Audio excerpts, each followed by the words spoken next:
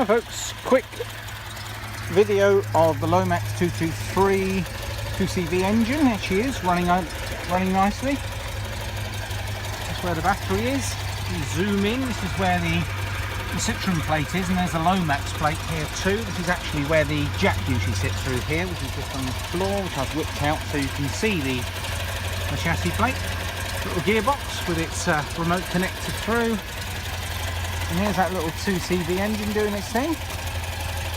All in very nice condition. Here she is running. Exhaust pipe.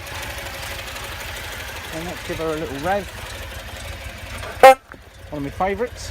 And let's give her a little rev. See, you'll recognise this engine noise. There we are.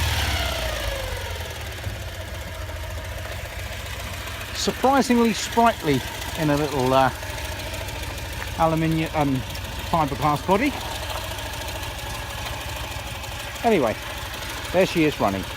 So Bradley James Classics, find us on the web, come and make an appointment to come and see this car. Thanks folks.